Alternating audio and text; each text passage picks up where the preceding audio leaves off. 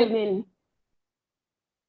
I'll just briefly introduce myself. My name is Juliet, Uwarbo, Popoola. You know, back in college then, it was Juliet Uwarbo. Okay, so I graduated in 1991 and went on to Uniben to study mathematics.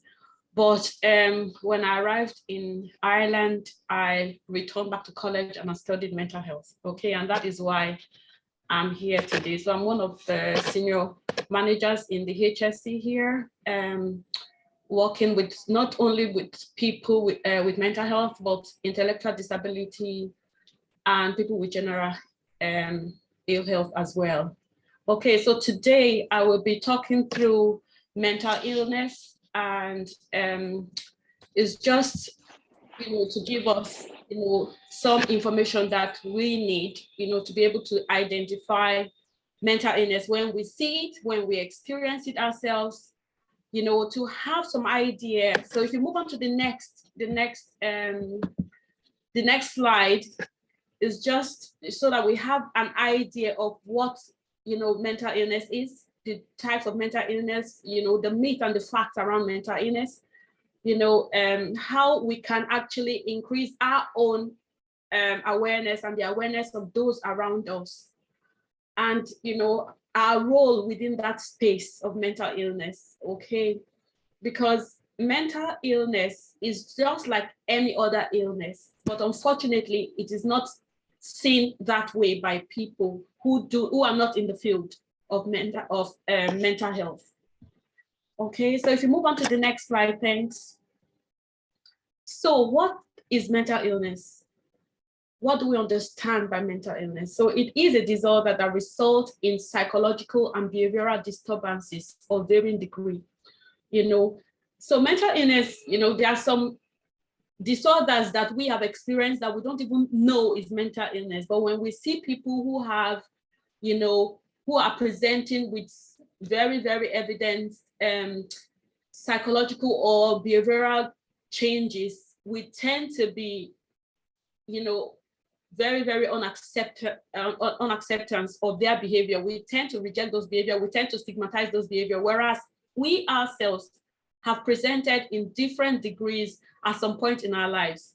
Okay, I once remember what, one of the senior lecturers said. He says, there is just a thin line between mental health and mental illness, a thin line. And for varying reasons, some people tip over that line and present with those signs and symptoms that we call mental illness. So we all are standing at that line. Some will tip over, some will tip back, into mental health, but we all have the tendency, to tip over that line.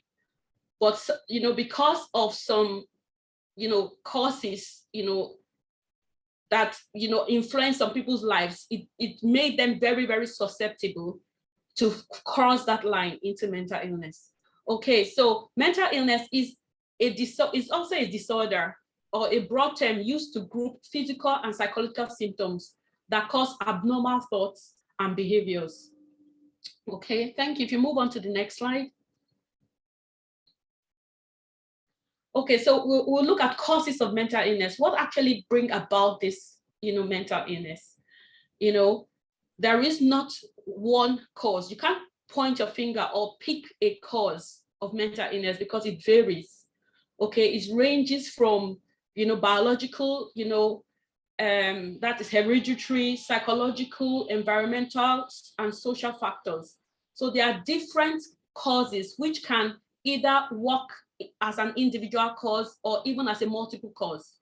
Okay, so when we're looking at the biological factors, we're talking about, the genes, genetic factors that run in family, or even brain injury. So some people had, traffic accidents, and then they end up with, mental illness. Some is from abuse of drugs, some from, use of drugs, poor nutrition, or even trauma. Okay, so when we come into psychological factors, we see emotional, physical, and sexual abuse during childhood, which are causes, which are traumatic experiences for people, these can also tilt that person across that thin line into an area where they experience mental illness. Okay, and there are environmental causes as well, you know, that can trigger mental illness, and that includes death, divorce, dysfunctional family life, low self-esteem. You know, these are things that happen on a day-to-day basis that we experience. Some people have experienced divorce, some people have experienced death, but they did not cross over that line of mental illness. You know, so it depends on that individual. It depends on their reaction to those situations in their lives. And that is what tilts people across that line.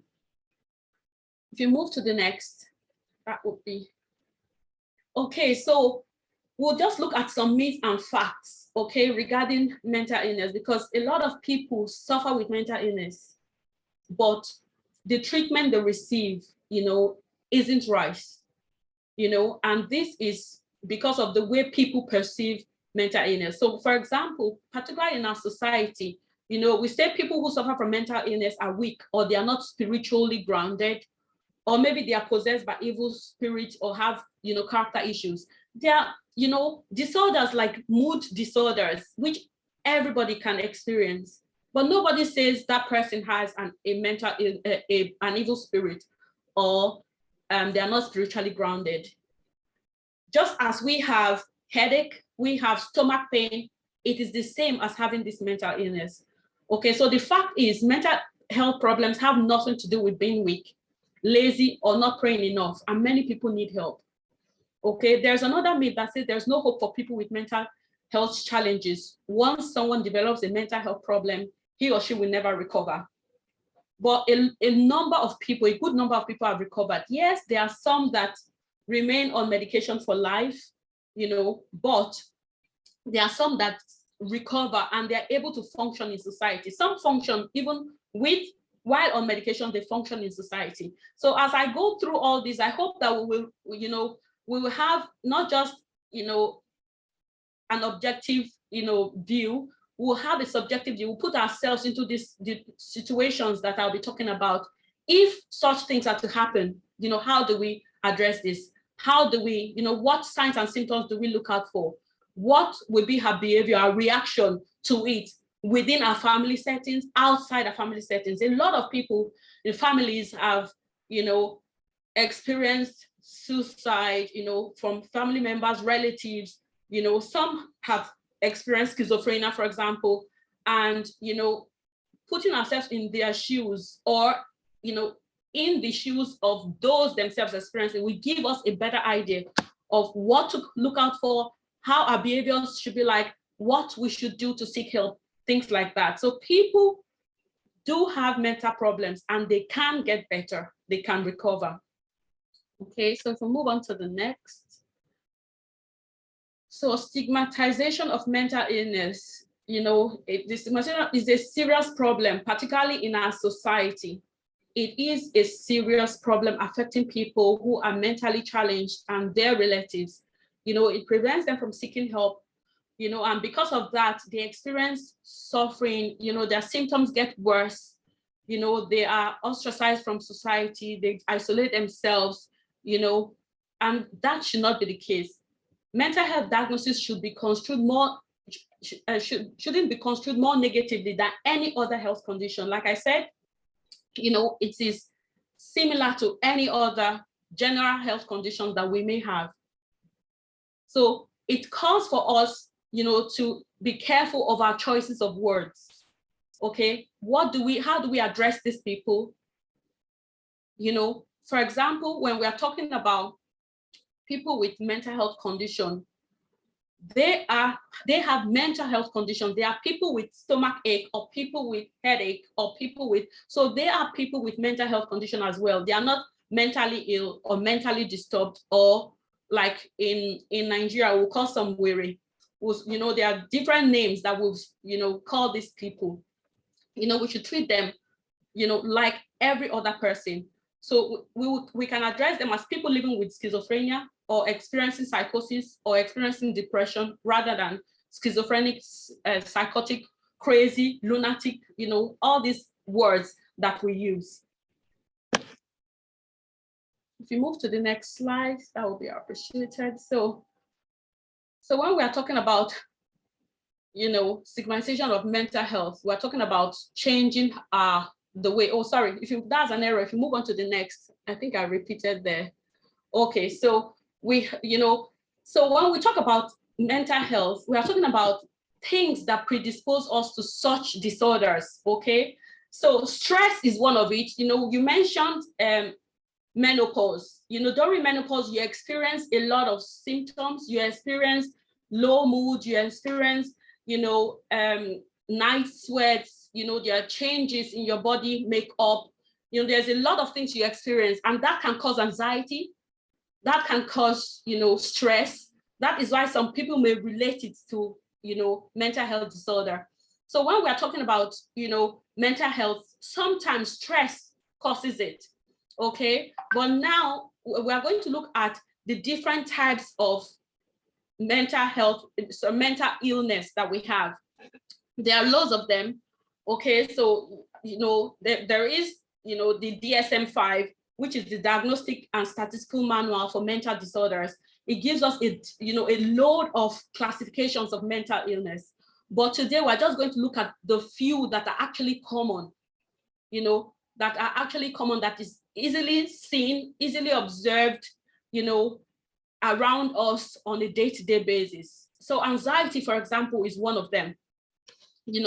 So anxiety is something that is an experience that everybody, passes through. Okay. For example, if you are to write an exam, if you are to make a presentation, or you are to attend an interview, you may become anxious. Okay. So this is a feeling that is experienced by everybody at different times in life. But what happens is when it becomes prolonged, when it becomes continuous, it is now developing into an anxiety disorder. So what am I saying? When you see yourself getting very anxious and the anxiety resolves after a while, then it's just an anxiety. But when you realize that it is not resolving, instead, it's prolonged, and you seem not to be getting out of it, then you should be concerned. It's also similar with people living around us, our sons, our daughters, our husbands. We should be very, very aware to look out for these signs and symptoms. Maybe our daughter comes and she's anxious over an upcoming exam, and you notice that, okay, she was anxious over it, it has resolved, then there is no problem, because it's the normal anxiety that we experience day to day. But when you see that it is carrying over, being prolonged and carrying over a couple of days, then there is a problem there. So it becomes an anxiety disorder when it is prolonged. And the symptoms include restlessness, a sudden feeling of panic and fear, uneasiness, nausea, cramps, sleep-related problems, excessive sleep or sleeplessness, cold or sweat hands or feet, numbness in the hands. So all these are symptoms that you can, you may not see all the symptoms presenting themselves either in your life or in the life of people you live with, or even people you work with, but you will experience some of these symptoms. So when you're experiencing some of these symptoms, you are to recognize that, yes, there's anxiety here. And then you have to monitor to see how long does it take? Does it resolve easily? Then it is not an anxiety disorder. So these are the symptoms that we have to look out for. So if you move on to the next slide, please. Thank you. So bipolar disorder is another one. This also is common. Although it is common, sometimes it is left undiagnosed. Okay, I'll just give an example. Bipolar disorder is a mental health condition where a person's mood swings from low mood to excited, elated episodes, which are called manic episodes. Okay, so there is a lady I know who presented with, fluctuating moods, and the husband didn't even, wasn't aware it was bipolar disorder. But, when I heard of the conditions, the way she was presenting, I said, this is bipolar, you need to seek help. It's not going to resolve. You need to seek help. So with bipolar disorder, like I said, the person switches from being very low. And low mood, of course, when you are low in mood, you have no energy, you have no motivation to do anything, you are feeling worthless, you have low self-esteem. Sometimes you even have, suicidal thoughts, so it's called depressive symptoms and it's low mood. Low mood, as you know, can also occur, maybe, for example, if somebody has a car accident, their mood can be low, but when it is easily resolved, then it is not depressive symptoms. You might wake up at the wrong side of the bed and, you just feel low. Check yourself. If it easily resolves, then it is just the normal low mood. It is not a depressive symptom. But when it carries over, just like the anxiety, when it carries over a couple of days, and you see yourself not fighting to come out of it or having no energy to actually break that cycle, then it is a depressive symptom. Okay. And if then the person, the same individual, after a couple of days becomes really energetic and they are moving all around the house, cleaning the house, doing all sorts of things, or they are so excited, and they have impulsive behavior to maybe to keep a space tidy, and if anything is moved, they move it, it becomes an impulsive behavior, and then they become agitated when things don't go the way they seem, then that is a manic symptom. Manic episodes can actually get to the extent where the individual, might just strip and leave the house and go out, and you have to, bring the person in, and the person just lose their consciousness of, safety, their consciousness of being naked, they lose it. Okay, it can be that bad, but sometimes it doesn't get that bad. You just see that the person is just very, very active. Then you need to be thinking, is this a bipolar disorder? Is this a bipolar disorder? Okay, so these are the ways you actually identify if an individual have bipolar disorder. So we'll move on to the next, schizophrenia. These are very common. As a young child, I knew someone who had schizophrenia back in Nigeria. Unfortunately, that person was thought to be a witch. She was, treated as one. It was when I arrived here and went through my training, I realized, for goodness sake, that person has schizophrenia. What I'm saying, mental health can happen, mental illness can happen to anybody. We need to be very aware. We need to be aware. It can happen to a brother, a sister, a friend. Even in college, even in New Busa then, during our exams, my Living Cert exam, one of our students, my classmate, actually had an episode and was not able to write the exam. So it is common. We just need to be aware of the symptoms. So schizophrenia is a spectrum of disorders that involve a disconnection from reality. You see the person hallucinating. They are seeing things that are not there. They are hearing things, that they are hearing voices. They are talking to people who are not visible. Sometimes they have thoughts, and they come to you and say, there are people, looking to kill me. There are people looking to kill me. There was a lady in my training that said she had, there are people living on her palm, on her palm. And she'll tell you, can you not see him? Can you not see her? Some people will tell you they see cockroaches everywhere climbing on the. So these are thoughts that are not real, but to them are very, very real. Okay, so they have abnormal thoughts, they have abnormal emotions, they have abnormal behaviors. Okay, so somebody with schizophrenia might decide they are not going to have a bath, because there's something in the shower, there's something in the water. Some we have even thoughts, voices telling them go and, there was one here in Ireland that went and burnt a church. And when asked, a voice told him that church needed to be burned down. So it might not be as bad as that, but when we see people, presenting with hallucinations, saying they see things that are not there, they hear things, then you should be thinking in that line, is this schizophrenia? Why am I saying this? Why should we be aware? I'll come down to that at the end of the day, because, there are reasons why we should be aware of this common mental illness so that we can take our stand and, and address it the best way possible. Okay, so we move on to the next.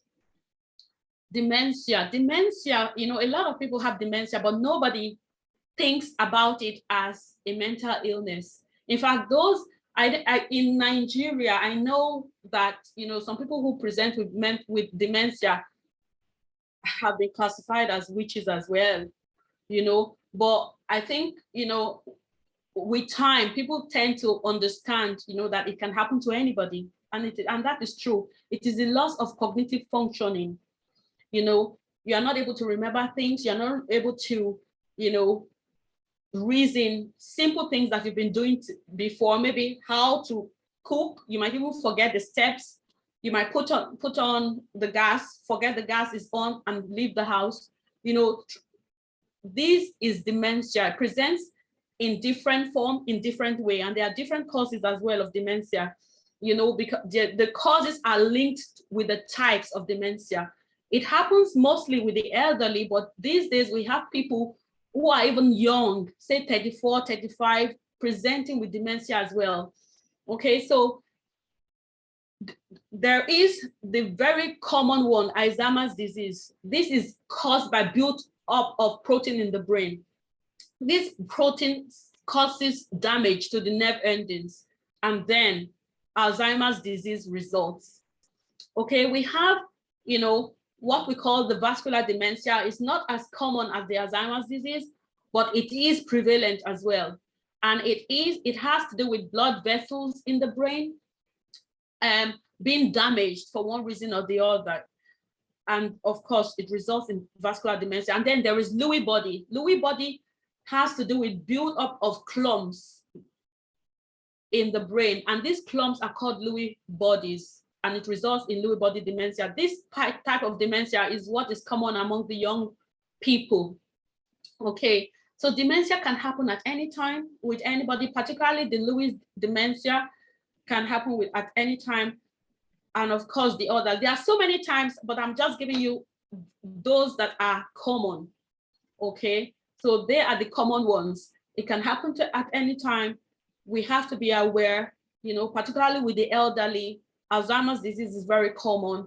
When you see people telling you, oh, I can't find my purse, and of course the purse is sitting on the chair, or somebody telling you, you know, I had, you know, people broke into my house last night, and you look around, there is no sign of a breakage, or someone, you know, their usual friend calls in and the person says, who are you? I haven't seen you before.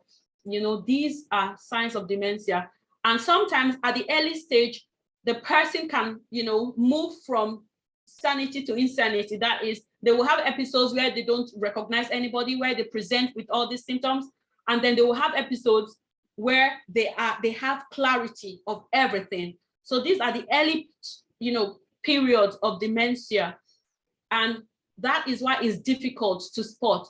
But as the person progresses, it gets to a point where, you know, they leave the house, they can't even find their way back to the house, they get lost in town, you know, they might park their car in one car lot and forget they parked the car in that lot, and they go somewhere else. And, you know, these signs and symptoms should flag, you know, to us that there's something wrong with the brain. You know, dementia is just degeneration of the brain vessels, the neurons in the brain. When it's, just as I said, when there's damage to the nerves, when there is, you know, built up of clumps in the brain, it results in dementia. Okay, if we move to the next. So management of mental illness. So like I said, there is a very number of mental illness, a very number, but those are just the simple ones, okay, that we have. You know, I talked about low mood when I talked about bipolar. Low mood is very common, but, you know, how the extent at which it occurs, that is what makes it a depressive symptom. So what is the management of mental illness? How do we address this? Okay, so, you know, mental illness can affect work, school, relationship. It is that bad. You know, one of the the students then, you know, that had mental issues, you know, has just only, you know, completed her studies. Okay, so it can be that bad to affect work, to affect school, to affect relationship, you know, to destroy lives. So that is why everyone needs to be aware of mental illness and how to respond to it. Okay, so the management, of course, will include psychotropic medications, and that is the use of antipsychotic medications, antidepressants, anti-anxiety medication, mood stabilizing medication. When we notice, you know, either in our relatives, these symptoms or some of these symptoms, please, you know, the onus is on you now to support them to seek help. A lot of people will not want to seek help. It's to support them to seek a GP review, and then the GP will decide to refer them to a psychiatrist.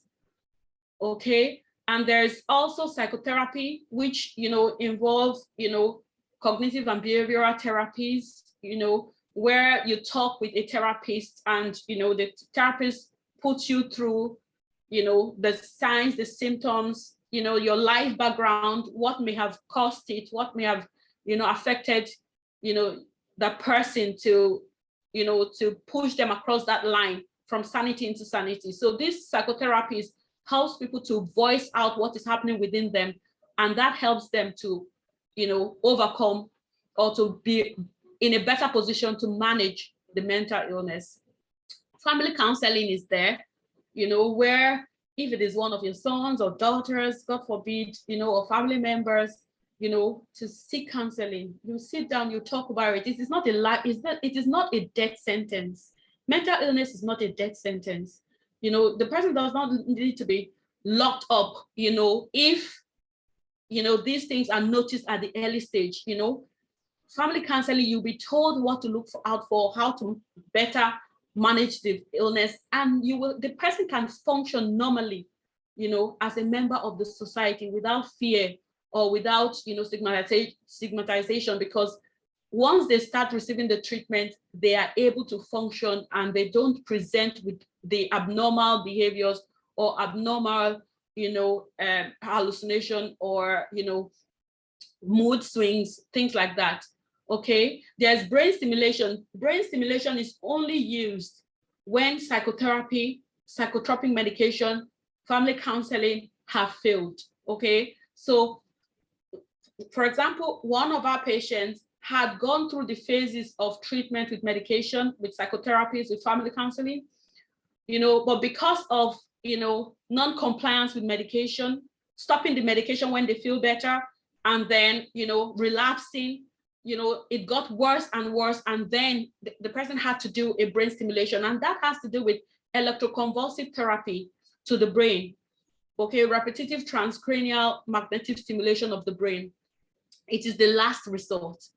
Okay, and of course, we have hospital and residential treatment programs where families are no longer able to support the individual with mental illness at home. And then, of course, they will need hospitalization where they can receive the treatment that they need at that point in time. Okay, can we move on to the next, please? So what is our role? What is our role? Our role should be our lifestyle. Okay, our role should be our lifestyle. This is because like I said, mental illness is similar to any other illness. It's similar to tummy ache.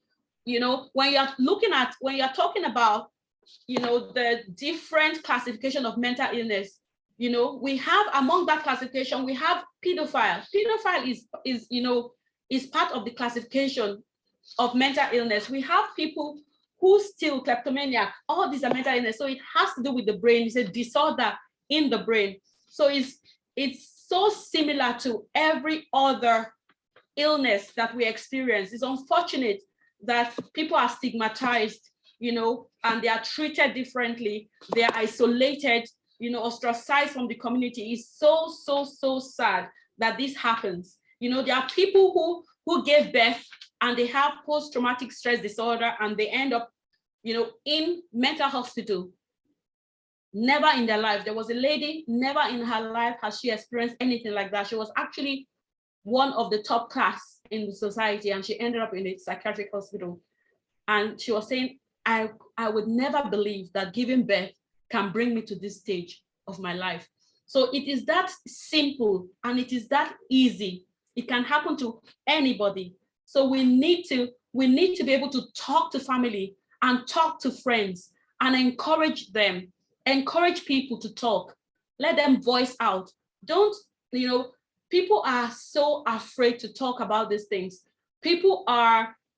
They're afraid for confidential reasons. They feel if I say it to this person might say it to all our neighbors or to my friends, and they will look at me somehow. But the more we talk about these things, the more we encourage people to voice out, the more we encourage people to see that mental illness is the same as any other general, medical ailment, then they will begin to see how easy it is to talk about it and to get the help they need. So we need to talk to families, talk to friends, encourage people, create the awareness, increase awareness of mental illness and disorder, support and promote early identification and treatment, because this helps to control the symptoms. Once anyone who has mental illness is diagnosed early, the journey for them is easy and simple. Most of them recover from mental illness. They recover just as you have, your stomach ache and you take paracetamol and it is gone. Some people recover. A lot of people, a good number of people recover. But we need to be, to create this awareness, to increase the awareness of mental illness and mental disorder, and support and promote earlier identification and treatment. Okay, we need to reduce and eliminate barriers to accessing mental health care. And this is stigmatization, particularly in our African society. It is ridiculous, really, because I knew I was part of it when I was back home. The lady who had schizophrenia that everybody was calling a witch, I too looked at her like a witch as well. It's only when I got here and I went and did the course and I said, for goodness sakes, a lot of people don't even have, it's just mental illness, and we, destroy their lives, calling them names, and some spiritualize it. Yes, I know that mental illness, as I said, there are so many different causes of mental illness. So sometimes it might result maybe with issues that have to do with spirituality. It may, but it is a disorder that can happen to anybody, like a stomach ache. The same, even with when you talk about spiritualizing illness, you can also spiritualize your headache. People do that as well. So it is not new. We have to reduce and eliminate these thoughts and behaviors of people as much as we can. We have to share responsibility to reduce stress. Stress is a major cause. Stress is what tilts people. When they experience trauma, experience a high level of stress, it pushes them across that thin line that separates sanity and insanity. It pushes them across. So we need to share responsibilities to reduce stress. If you need help, talk to people, ask for help. You don't have to carry your load alone. If you feel you have a lot of circumstances in your life that is bringing a lot of stress, talk to somebody. When we are talking about stress, it's not only mental illness it causes. A lot of people have died of heart attack, cardiac arrest. A lot of people are dropping like flies. So stress is a major cause of a lot of illness, a lot of death around us, So we need to reduce our stress as much as possible by sharing responsibility, talking to people, seeking help, accepting help, not holding back. Don't think you can do it alone. You cannot. Seek help, speak out, stay active. When we're talking about being active, it's not only for physical health. A lot of people associate, being active to physical health. It also has a lot to do with your mental health as well, because when you are active, your brain cells are supplied with a lot of oxygen. it helps, the movement of blood through the veins, because is, when we talk about illness, mental illness, like I said, damage of cells is a result in mental illness. So when you stay active, you are likely to reduce, the likelihood of having a mental health disorder. Make healthy choices as well. Similar with, managing your physical health. Make healthy choices. Healthy choices, not just with food, healthy choices with activities. Take a break. Take a break in life. Some of us just want to work and make all the money in the world. We don't even take a break to even enjoy it. So let's take a break and make healthy choices. Learn to adopt a positive attitude.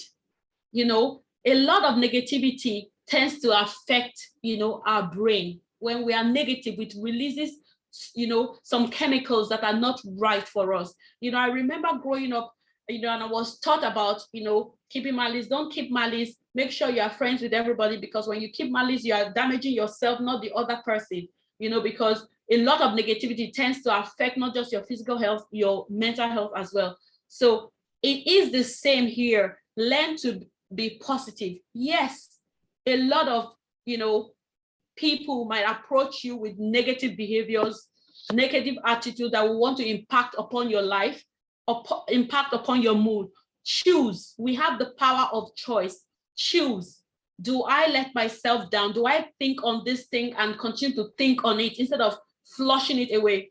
There is, a lady I love so much. She's actually over 70, an Irish lady for the matter. And she would say, anything that is negative, flush it down the toilet, and I adopted that, and I've taught it to my children. Anything that is negative, just flush it down your toilet.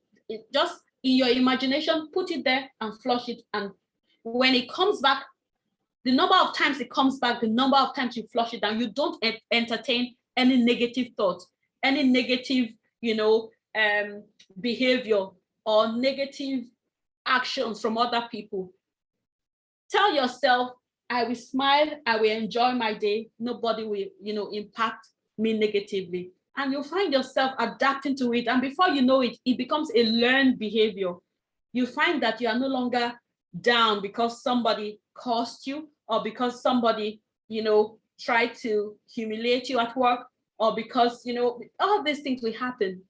I'm sorry, I'm a Christian, and from my learning, the Bible says the heart of man is desperately wicked. So if people approach you with wickedness, that is the norm of human being. Is your religion, your belief, that tend to transform you to the new you, that transform you to the new you. So when you see people with this negative attitude, that is who they are, so don't allow it to put you down. Learn to adopt a positive attitude.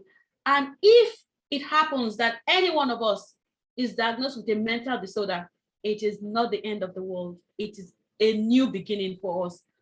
All you have to do, stick with your treatment plan, avoid use of alcohol, and follow the rest that, all that we have spoken today regarding staying active, make healthy choices, adopting a positive attitude.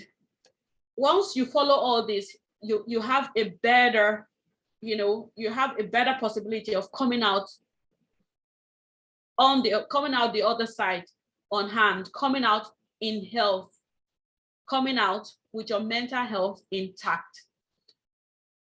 If you have any questions, I will take questions if anyone has any questions at this time. So just to round off, our mental health is everyone's business. It is everybody's business, not the business of the psychiatrist, not the business of the person who has mental health diagnosis. It is everybody's business, because it can happen at any time to anybody. Thank you. Oh, thank you so much for that. That was quite informative. So I mean, if the floor is open now, if anybody has any questions, just unmute yourself and ask a question. because I mean, I have a few myself. I mean, you had mentioned, which is something I've never thought about. It says poor nutrition can cause mental health, and that's actually quite interesting to think that poor nutrition can actually lead to mental health. It's quite interesting that poor nutrition, you know, we never think of it that way. You know, when we are talking about, you know, build up of clumps in the brain, you know, all those can be, you know, clogging the arteries is the same. You know, when you have heart disease, you know, it's the clogging of your arteries, your veins, you know, that can lead to cardiac arrest. It's the same in the brain. If you don't, you know, if you don't make right choices, you know, you can experience nerve damage in your brain as well, that can lead to Alzheimer's, that can lead to dementia, you know. So it's good to make, you know, balanced choices. It's not that we avoid food altogether, but, you know, portion sizes, balanced choices, you know, is what we are talking about here. Oh. And something else you mentioned as well, the electrotherapy, and I know you've said it's it's a last resort. Well, I mean, can I just ask how effective is that? I mean, and how do they do it nowadays? Because obviously, when you watch movies and such, and especially horror films, you know, you have people, there's stuff being stuck to their heads and electricity being passed through them, and it's sort of more like torture than anything else. Exactly. It does look like torture. Yes. But that is why it is a last resort, because every other thing has been tried. You know, when you talk about mental illness and treatment, we are talking about, you know, supporting people to live a life that is as normal, if not normal, possible. Okay. Yeah. So if you find that somebody is so depressive that, you know, I didn't mention suicide, but suicide is part of it, that when they are so low, all they think about is committing suicide, and they've made several attempts, you know, and nothing seemed to be working. The medication have stopped working. The psychotherapy, the talk therapy has stopped working. In the counseling, there is nothing that is going. Then that is the last, because, you know, if you don't do it, that person will die anyway. So, you know, this electrode, this, you know, it is done to support the person, and it is effective. I know someone, you know, who has, it's like a plate that is built under the skin, although that method is no longer used, but it used to be used in earlier years.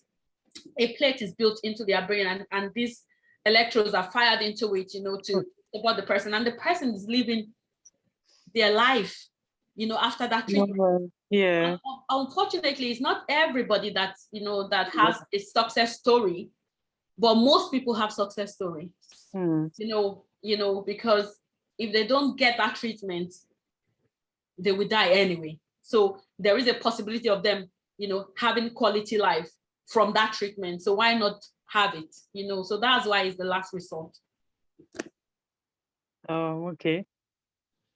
Does anybody have any questions that they would like to ask? You could type it in the chat box, or you could just unmute yourself and ask. Good evening. Good evening, Sister Juliet. Good evening. Oh, please, I want to ask, I've heard about sectioning. It's sectioning more like, does it have anything to do with that electromagnetic thing you were talking about?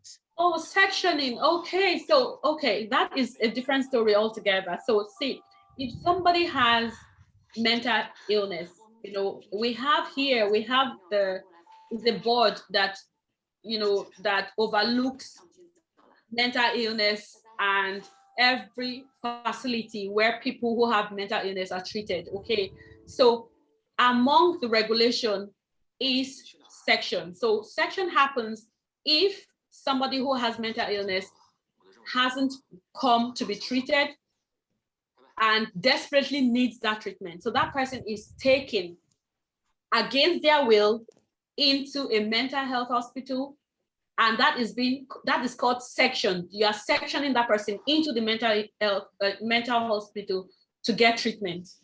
Okay, so once the person is there, the person gets the treatment they need, it is reviewed regularly. So the person then regains their mental capacity, and they're able to say, look, I'm all right now, I'm willing to stay here and receive my treatment. And then this section is removed. So section has to do with some documentation that are signed to say we are bringing this person against their will for mental, for treatment. Okay, it's like deprivation of liberty. Deprivation of liberty, yes, but when it has to do with mental illness, it's called sectioning. So it's just a documentation. So your family member can section you, the guards can section you, you just need 2 people. So you need maybe your doctor and your family member, a guard and your family member, and they complete this documentation and they bring you against your will, because at that point in time, the person will be psychotic, the person will not be able to reason, the person will be, maybe disruption to society. Maybe they are causing havoc out there, not even knowing what they are doing. They are just out of their senses and they need immediate, treatment. So they are brought in. Some of them may be in depressive mode that is so low that they can't actually reason. All they want to do is kill themselves. So they are brought in and they receive the treatment, and then they regain, regain their mental capacity, and they're able to make decisions after. Most times, sectioning lasts only a few days, only a few days. It's just for them. Once they have the injections of the psychotropic medication, they start to recover, and before you know it, they're back to their senses and they're able to tell you, look, I want to stay here willingly to get my treatment. And then when I feel better, you can discharge me. And then the section is overruled. Okay, thank you very much. You're welcome. Thank you, Maury. Bimbo, you have the floor. Thank you very much, Sister Juliet, for this wealth of information. We are very grateful and we appreciate you.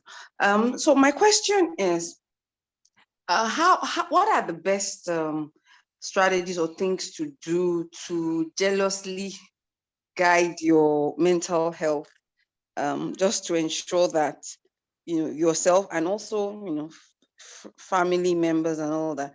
What are some things you are deliberate or doing intentionally, continuously to ensure you are constantly guiding your mental health? Thank you. Okay. Like I said, there are several causes of mental illness, okay? There are some that runs in the family, is genetic. So if the father has it, the son is likely to have it. So in that, and there are some that happens as a result of accidents, head injury, trauma in childhood. Those things are unavoidable. You can't avoid them.